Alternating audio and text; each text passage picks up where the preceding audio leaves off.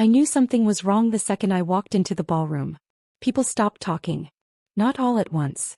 One table at a time. Little pauses. Little stares. I adjusted my dress and kept walking, pretending I didn't notice. My name is Rachel Bennett, and I raised my younger brother, Caleb, after our parents died in a car accident when he was 9. I was 23 back then. 2 jobs.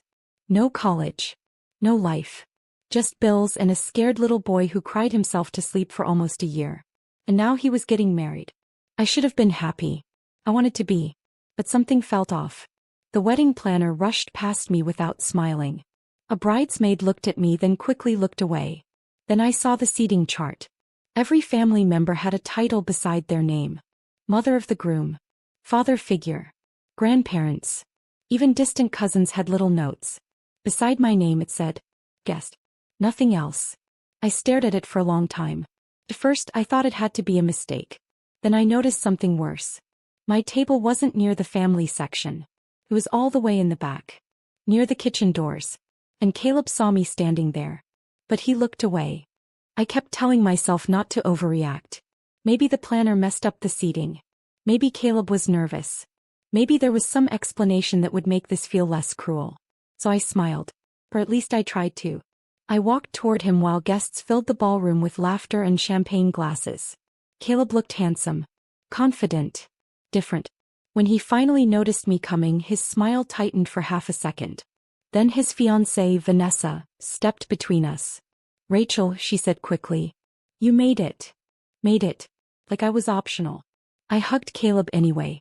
I'm proud of you, I whispered. He gave me a quick pat on the back. Not a real hug. Not the kind we used to have. The kind where he held on like I was the only person keeping him together. You look nice, he said. That was it. No thank you. No emotion. Then Vanessa leaned closer and lowered her voice. Just so you know, we changed a few things last minute. What things? Her smile never moved. We didn't want the family story becoming the whole wedding. I frowned. I don't understand. She glanced toward the guests. People don't need to hear about struggle all night. I felt my stomach drop. Struggle. That was how she described our life. Everything I gave up for him. And Caleb said nothing. Dinner started 20 minutes later. I sat alone at the back table beside 2 co-workers from Caleb's office and an elderly couple who thought I was part of the catering staff. I laughed it off. What else was I supposed to do? But every few minutes, my eyes drifted toward the family tables near the dance floor. That should have been my seat. I should have been beside my brother on the biggest day of his life. Instead, I could barely hear the speeches over the sound of dishes crashing through the kitchen doors behind me. Then the best man stood up. Most people here know Caleb built his life from nothing, he said proudly. Everyone clapped. I waited. I waited for him to mention our parents. Or the apartment with no heat.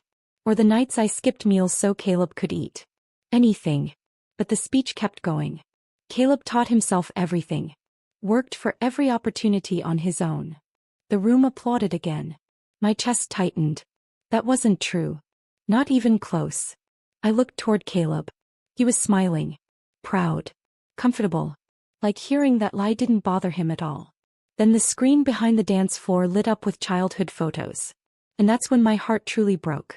Every single photo with me in it had been cropped. At first I thought it had to be an accident. Some editing mistake. But photo after photo appeared on the screen and every trace of me was gone. One picture showed Caleb at his middle school graduation. I remembered that day clearly. I had worked a double shift at the diner, then rushed there wearing grease-stained shoes because I didn't want him walking across that stage alone. In the original photo, my arm had been around his shoulders. Now there was only empty space beside him. Another picture showed his 16th birthday. I had saved for months to buy him that used guitar. In the cropped version, the edge of my sleeve still barely appeared near the corner. Like someone had tried hard to erase me completely. People around the ballroom smiled and laughed while the slideshow continued. Nobody noticed. Nobody except me. Then Vanessa's father stood for his toast. He lifted his glass proudly. To the 2 people who built Caleb into the successful man he is today, he said, smiling at himself and his wife. The room applauded. I looked straight at my brother. Please, just say something. One sentence. One truth. But Caleb only raised his glass too. And in that moment I realized something terrifying. This wasn't Vanessa's idea alone. He had agreed to all of it. I couldn't breathe in that room anymore. The music felt too loud. The lights too bright. I stood up quietly and walked toward the hallway near the restrooms before anyone could see my face breaking apart. My hands were shaking. Not from anger. From hurt. Real hurt. The kind that reaches deep into old wounds you thought had healed years ago. I leaned against the wall and closed my eyes. Then I heard footsteps behind me. For one stupid second, relief hit me. I thought maybe he finally understood. Maybe he came to apologize. "Rachel," he said carefully, "don't make a scene." The words hit harder than a slap. I stared at him. A scene. He rubbed his forehead like I was exhausting him. Vanessa's family is sensitive about appearances. I laughed once. A broken little sound I barely recognized. "So you erased me? That's not what happened. You cropped me out of your childhood photos. It wasn't personal." I looked at him for a long time after he said that. Not personal. I remembered staying awake all night when he had pneumonia at 11. Selling mom's jewelry so he could stay in private rehab after college. Working through migraines so he wouldn't lose his apartment. My whole life had been personal. To him, apparently, it was just inconvenient history. Then he said something I never forgot. "You chose that life, Rachel." I just stared at him. The hallway suddenly felt very small. Very cold. "You think I wanted that life?" I asked quietly.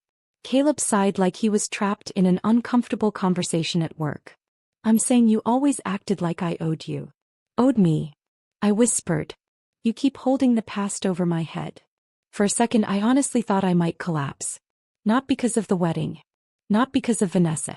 Because I realized my brother had rewritten our entire life inside his head. And he actually believed it. I stepped closer. "When Dad died, you stopped speaking for 3 months, I said. "You remember who sat outside your bedroom door every night?" His jaw tightened. "When Mom's hospital bills came, who dropped out of college?" "Rachel." "When you got arrested at 19 for drunk driving, who emptied her savings so you wouldn't go to jail?" "Lower your voice." But I couldn't stop anymore.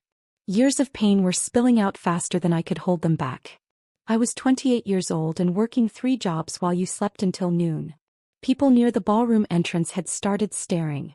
Vanessa appeared beside him, face tense. And then she said the one thing that finally killed whatever hope I still had left. "We never asked you to sacrifice anything." Something inside me went quiet after that. Not calm. Not peaceful. Just empty. I looked at both of them standing there together. Beautiful clothes. Perfect smiles. Perfect wedding. And suddenly I understood why they erased me from the photos. Because if people saw me, they'd have to see the truth too. None of this existed without what I gave up. Vanessa crossed her arms. "You're making tonight about yourself." I nodded slowly. "You're right." Caleb looked relieved for half a second. Then I reached into my purse. His expression changed immediately. Because he recognized the envelope. The old one. Faded corners. Our mother's handwriting. I held it carefully between my fingers. "When Mom died," I said, "she left this for you." Caleb's face lost color. "You said you lost that," he whispered. I lied. Vanessa looked confused. I swallowed hard. "I wanted to give it to you when you were finally happy. When your life felt stable." The hallway had gone completely silent now. Even nearby guests were listening. Caleb reached for the envelope. But I pulled it back. "No," I said softly. "I think you should hear it first." Then I opened the letter. And read the first line out loud. "Rachel, thank you for becoming the parent your brother will need after I'm gone." Nobody moved. Nobody even breathed. I kept reading while Caleb stood frozen in front of me. "Your sister will sacrifice more than you'll ever understand. One day I hope you grow into the kind of man who deserves her." My voice cracked on the last part. Vanessa slowly lowered her arms. Around us, guests stared at Caleb with a completely different expression now. Not admiration. Recognition. Truth had finally entered the room. Caleb looked sick. "Rachel," he whispered, "please." But I was done protecting him. Done shrinking myself so he could feel comfortable. I folded the letter carefully and placed it back into the envelope. "You spent this entire wedding pretending you built yourself alone," I said quietly. The saddest part is, I think you actually convinced yourself it was true. Tears filled his eyes. Real tears. Too late. He stepped toward me, but I moved back. For years I thought losing our parents was the worst pain I'd ever feel. I was wrong. The worst pain was realizing the little boy I raised had grown into a man ashamed of the woman who saved him. I handed him the envelope. Then I walked past the ballroom. Past the music. Past the family tables. And for the first time in 22 years I chose myself.